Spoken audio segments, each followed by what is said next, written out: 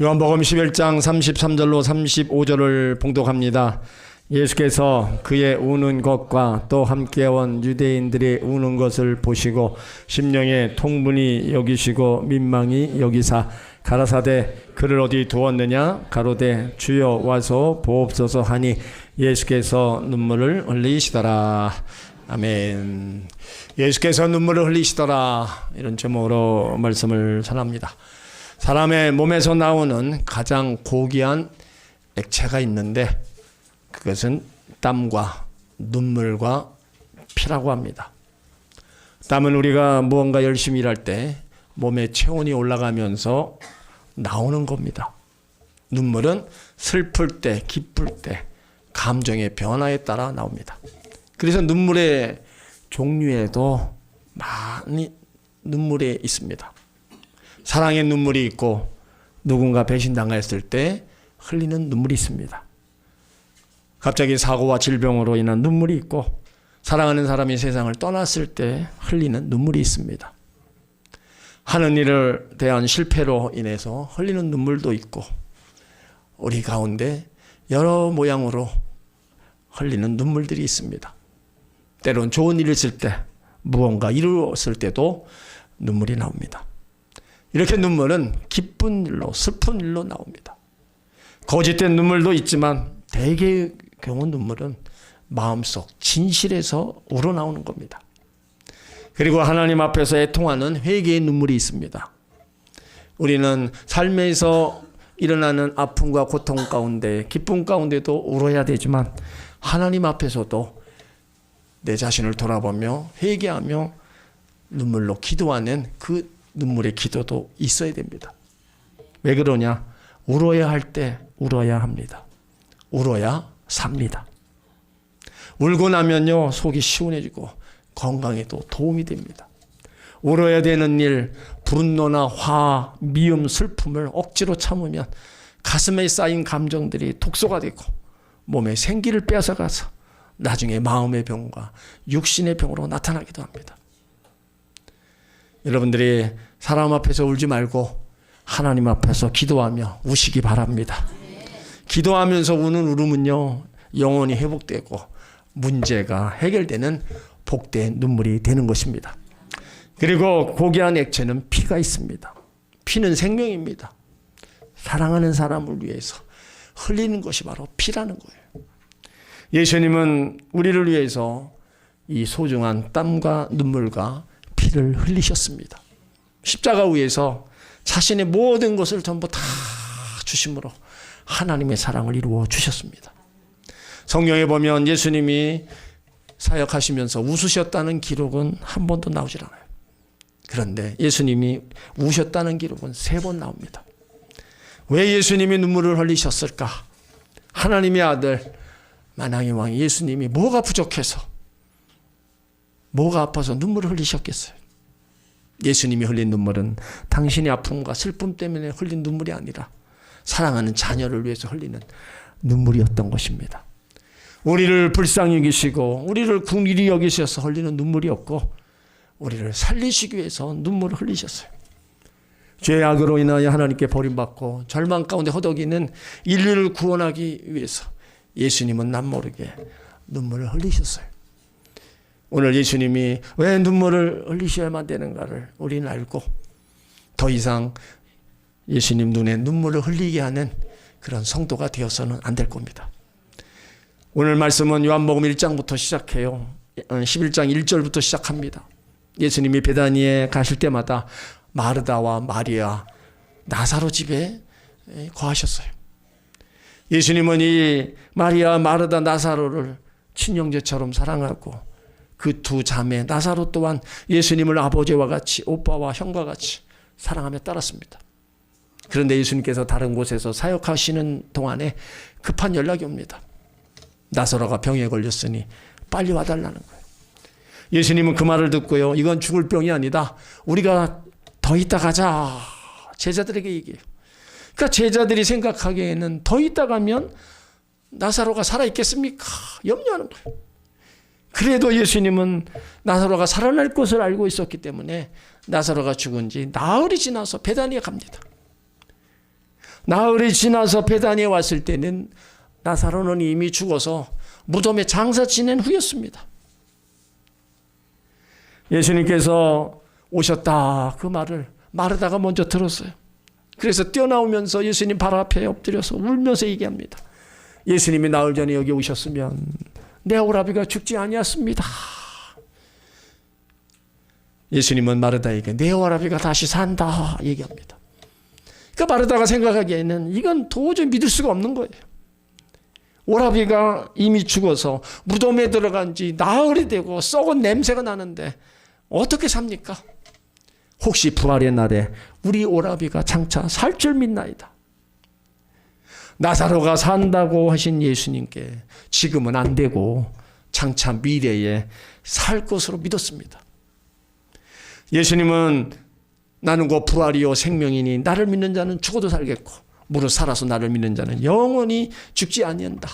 네가 이것을 믿느냐? 그런데 마르다는 동문서답합니다. 주는 그리스도시요 장차 오실 하나님의 아들이시를 내가 믿나이다. 자, 여기서 예수님과 마르다의 대화는요, 영혼의 차원, 3차원 세계의 대화인 겁니다. 예수님은 나사로를 살리겠다고 하는데 마르다는 죽기 전에 왔으면 내 오라비가 죽었겠냐고 지금 과거의 예수님으로 지금 인정하는 거예요. 예수님이 다시 나사로를 살리겠다 하니까 이제는 미래 부활의 날에 살 것으로 안다 이렇게 얘기해요. 예수님께서 내가 지금 부활이라고 주장하니까 그 다음에는 엉뚱한 대답을 합니다. 이거는요 영혼과 3차원의 대답인데 인간은 눈으로 보고 귀로 듣고 냄새 맡고 손으로 맛보고 손으로 만지는 체험 속에 살아갑니다. 그래서 과거와 현재 미래가 분명히 분리됩니다. 그러나 예수님은요 어제도 있었고 오늘도 있었고 내일도 있고 영원하신 하나님이십니다. 그렇기 때문에 예수님께서는 나사로가 죽었던 살았던 상관없고 언제든지 살릴 수 있는 겁니다. 그런데 예수님께서 나사로를 살려서 오셨는데 마르다는 예수님이 과거에 와서 살리지 지금은 못 살린다 얘기하는 거예요. 예수님은 지금 산다고 하니까 미래에 살아나지 지금은 못 살아난다는 겁니다. 여러분 여기 마르다의 모습이요 우리의 모습과 같습니다. 우리는 항상 예수님을 과거 미래로다가만 다 밀쳐버려요. 현재 우리 가운데 와 계신 예수님 인정하지 않으려고 합니다. 예수님은 어제나 오늘이나 영원토록 동일하시다 말합니다. 그런데 그대로 실행하지 않아요. 과거의 예수님, 미래의 예수님, 현재 예수님 다르지 않습니다. 과거의 죄를 용서하신 예수님요 지금도 죄를 용서해 주십니다. 과거의 병을 고치신 예수님 지금도 병을 고치십니다. 과거의 귀신을 쫓아내신 예수님은요 지금도 귀신을 쫓아내세요. 과거의 파도를 잠잠케 하신 예수님 지금도 우리 심령과 가정에 몰아치는 그 파도를 잠잠케 해 주시는 겁니다. 우리가 문제가 생기면 과거에 예수님이 계실 땐 해결해 주었을 텐데 지금은 어떻게 될지 모르겠다 생각을 해요. 예수님은 과거에도 나의 문제를 해결해 주시고 지금도 나의 문제를 해결해 주십니다. 예수님은요 함께 하시면서 떠나신 적이 없어요. 내가 멀리하고 내가 하나님을 떠나서 문제지 예수님은 결코 우리를 떠난 적이 없습니다. 항상 어느 때나 함께하고 계심을 믿으시길 바랍니다. 마르다가 현재 예수님을 인정해 주지 않으니까 네 동생 마리아를 데려와라. 마리아는요 항상 예수님 발 앞에 엎드려서 말씀을 잘 들었어요. 그래서 예수님 생각에 그래도 마리아는 믿음이 있고 나를 인정하겠지 그렇게 생각했어요. 마리아가 예수님 찾으신다는 말을 듣고 와서 얘기합니다. 요한복음 11장 32절을 보면 마리아가 예수 고생 곳에 와서 보이고 그 발 아래 엎드려 가로되 주께서 여기 계셨다면 내 오라비가 죽지 않았나이다. 마리아도 똑같이 과거의 예수님을 인정하면서 현재 예수님을 인정하지 않습니다. 예수님은요 마리아가 그래도 믿음이 있다고 생각했어요. 그런데 그 고통이 아픔이 너무 크다 보니까 예수님은 안 보이는 거예요. 자기 고통만 보이니까 그냥 자꾸 왜 미리 안 오셔서 미리 오셨으면 내 오라비가 죽지 않았을 텐데 왜 지금 오셨냐고 원망만 하고 있는 거예요. 여러분, 우리 신앙의 모습이, 여러분 특별히 믿음의 연조가 있고 그런 분들은요 정말로 믿음의 굳건히 서서 끝까지 주님 붙잡고 나가야 됩니다. 믿음의 연조는 있는데 어려움이 있고 고통 가운데 있으면서 예수님이 계신지도 모르고 예수님이 나와 함께 하신지도 모르고 그냥 지금 붙잡려 있는 그 고통과 아픔에만 붙잡고 절망하고 그냥 앉아있는 분들이 너무나 많이 있다는 거예요. 여기 예수님요, 현재 예수님을 인정하지 않아요. 그냥 나흘 전에 예수님을 인정하고 그냥 실망하고 앉아있는 거예요. 이런 모습이 우리의 모습이 돼서는 안 되는 겁니다. 그래서 33절에 마리아나 유대인들이 우는 것을 보고 심령에 통분히 여기시고 민망히 여기시는 예수님 모습이 나와요. 예수님이 심령에 통분히 여기시고 민망히 여기셨다는 건요, 우리를 불쌍히 여기셨다는 거예요. 그들을 도와주러 왔는데 인정하지도 않고 그냥 절망까지 알고 있으니까 그냥 불쌍히 보시는 거예요. 요한복음 11장 34절 35절을 보면 예수님이 묻습니다. 그를 어디 두었느냐 이러시되 주여 와서 보옵소서 하니 예수께서 눈물을 흘리시더라. 여러분, 예수님이 왜 우셔요? 우리가 당하는 고통을 보시고 우시는 겁니다. 우리가 사는 세상은요, 가난의 눈물이 있어요.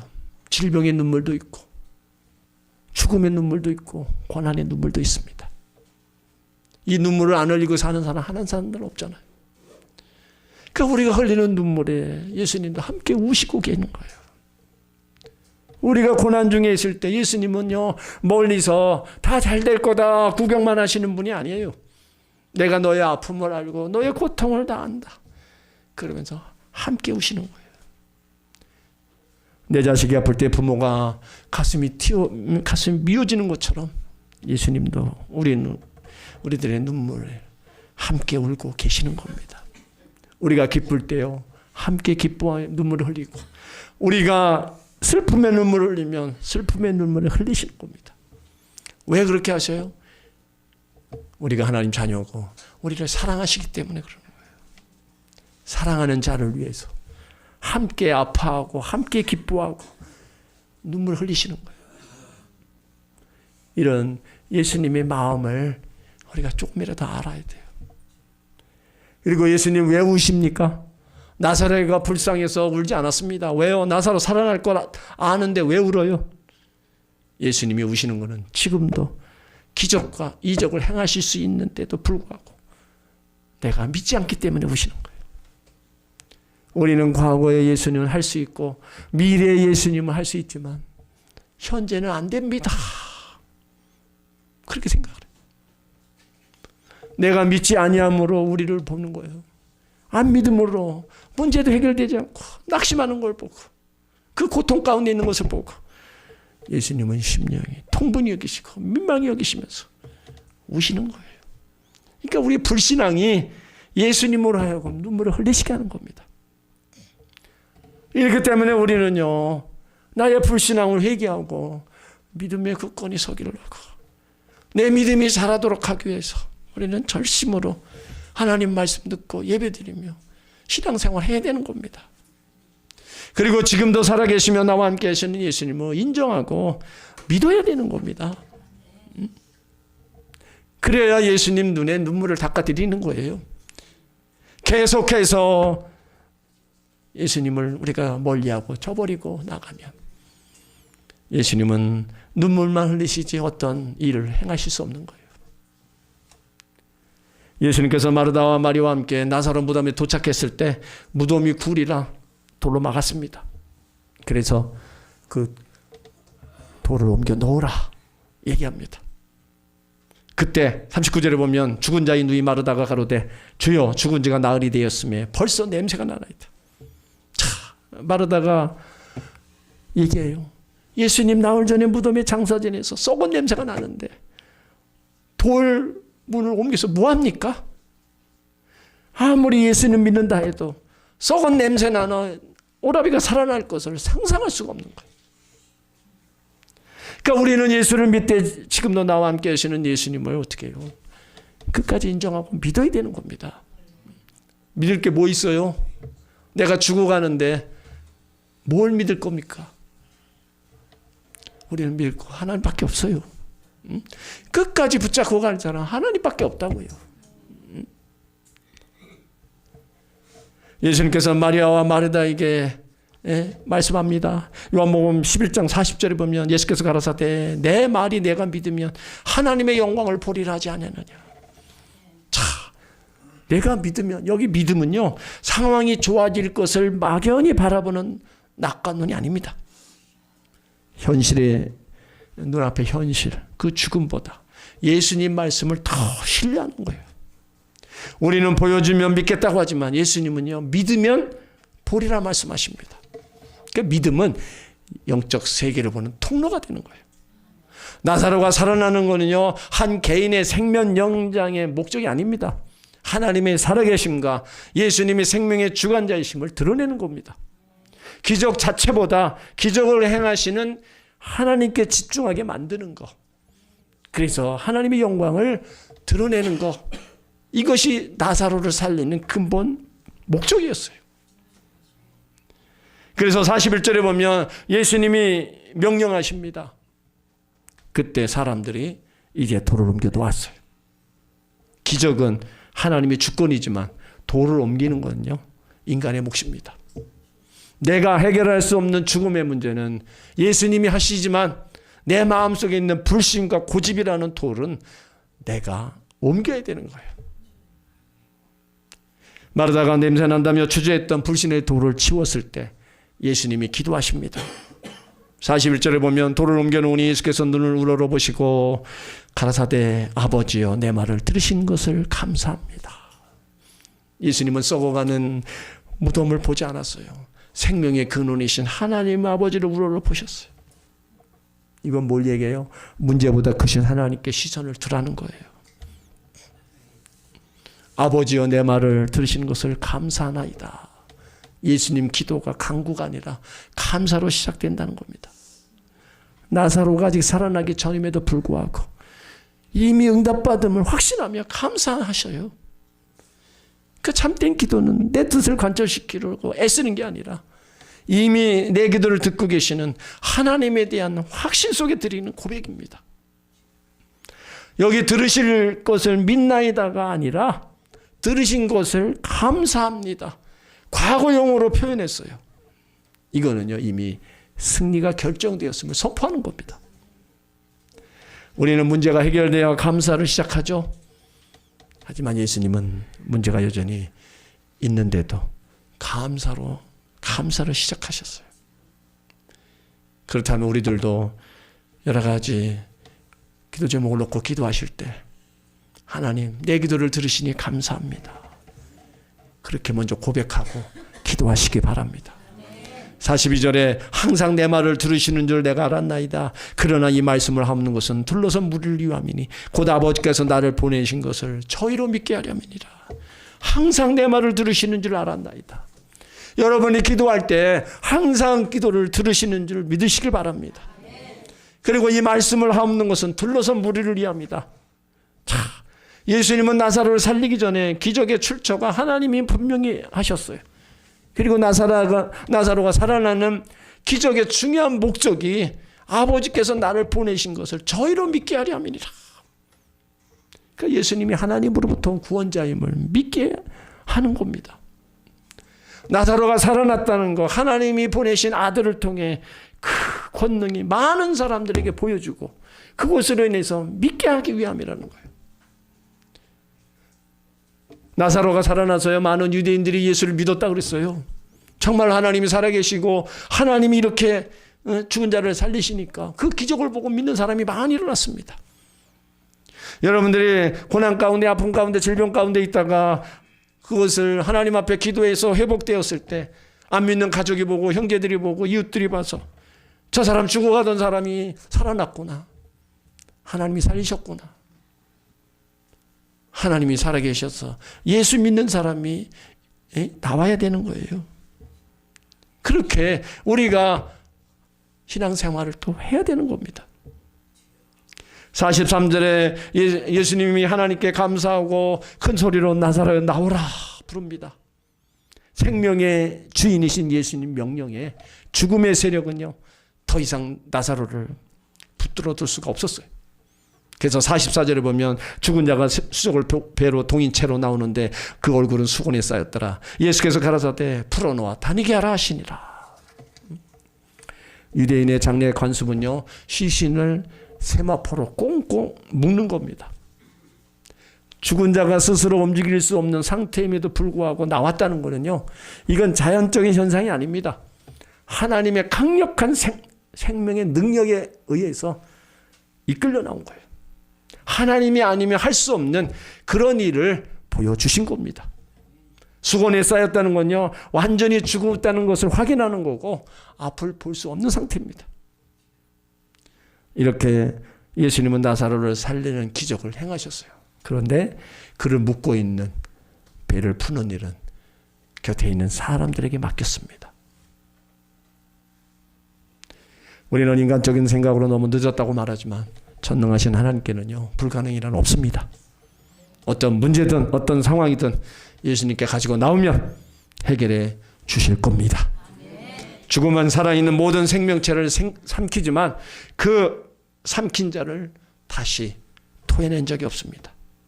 그런데 예수님께서 사랑하는 나사로를 되찾아오기 위해서 나사로가 삼킨 무덤을 지금 찾아오신 거예요. 그래서 그를 살려내셨습니다. 나사로만 살렸어요? 누가복음 7장에 보면 과부의 아들 청년도 살렸습니다. 남편 없이 과부가 아들과 함께 살다가 아들이 먼저 죽었어요. 청년을 관속에 들고 과부는 따라가는데 그 모습을 예수님 보신 거예요. 그래서 그 장례 행렬을 멈추고 예수님이 청년아 일어나라. 그제 관 속에서 청년이 일어났어요. 여러분 인류 역사상 그 어느 누구도요 죽음의 행렬을 중지시킬 수 없습니다.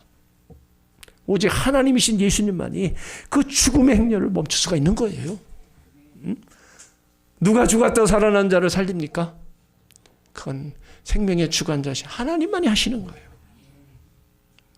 어느 철학자가 이런 얘기를 합니다. 인생이란 사형 언도를 받은 죄수들이 감방에 갇혀 있다가 한 사람씩 사형 현장으로 끌려가는 모습을 바라보면서 자기 순번을 기다리는 것 같다.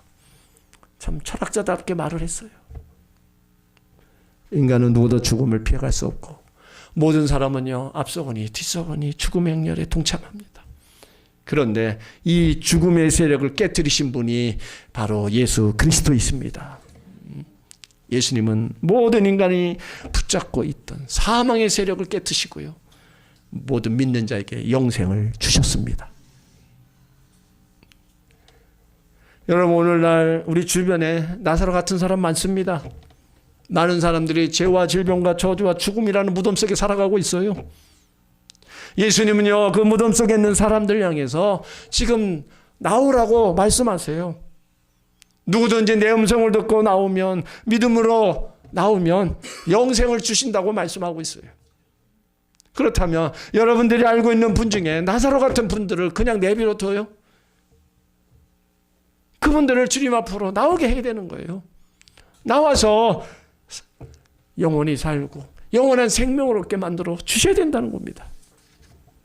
그냥 놔두면은 그냥 무덤 속에서 썩어 죽는 거예요. 그거를 우리는 바라보면서 아픈 마음도 없고 영원 구원하는 마음조차도 아무것도 없으면 결국은 그 죽음의 무덤에서 살아나올 수가 없는 거예요. 여러분 예수님이 왜 우셔요? 지금도 살아계셔서 많은 기적과 이적을 행할 수 있는데도 불구하고 우리가 믿지 못하기 때문에 우는 거예요. 응? 과거의 예수님은 기적을 행할 수 있고 미래의 예수님은 아직 오시지 않았고 현재는 안 돼. 우리 믿지 않는 것을 보고시고 지금도 울고 계시는 거예요. 그 결국은 우리 불신앙입니다. 신앙생활하면서도 하나님 살아계시면 온전히 믿지 못하고 그러니까 그 불신앙으로 인해서 탄식하고 우리를 향해서 눈물을 흘리고 계신 거예요. 여러분, 우리가 하나님 살아계신 것도 알고 예수 그리스도도 나를 위해서 십자가 죽으신 것도 안다고 하는데, 내가 정말 얼마나 주님을 믿고 의지하며 가고 있는가? 내가 힘들고 어려울 때 정말 하나님을 얼마나 찾고 있는가? 한번 생각해 보세요. 나의 믿음의 생활이 정말로 내가 온전히 가고 있는가? 그런 모습 하나하나가 예수님 보시기에는요, 너무 마음이 아픈 거예요. 그러지 않으면 좋은데, 나와 함께 조금 더 건강하게 은혜 속에 조금 더 기름지고 윤택한 삶을 살아갈 수 있는데, 그렇게 살아가지 못하는 그 모습을 보고 매일 힘들고 매일 고난 속에 아픔 속에 살아가는 그 모습을 보시고 그냥 울고 계시는 거예요. 여러분들이 지나온 날들 눈물 많이 흘리셨죠? 자식 키우느냐 속 태우며 흘린 눈물, 몸이 아파서 서럽게 흘리는 눈물, 때로는 누구에게도 말도 못하고 비긴입술 적신 눈물, 여러 가지 어려움 때문에 많은 눈물 흘리셨어요. 어떻게 이겨오셨어요? 그래도 예수님 찾고 예수님 의지하며 온 줄 믿습니다.